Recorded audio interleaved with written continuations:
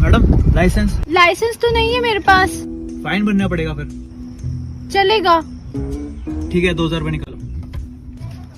ध्यान रखना किसी। मुझे ये समझ नहीं आ रहा इस फर्स्ट सीट पर इस लड़के की जगह ये काला चमगादड़ कहाँ से आ गया। तौबा तौबा तौबा, थारा मूड खराब कर दिया।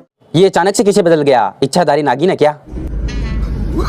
नहीं, कॉमेडी वाला सीन तो आया नहीं, म्यूजिक पहले ही चला दो। अबे तेरे पास लाइसेंस तो था, तूने चालान क्यों कटवाया? क्योंकि उसमें मेरी फोटो अच्छी नहीं आ रही थी। दीदी, चेहरा तो अभी भी ठीक नहीं है, बस तूने फिल्टर लगा लिया है।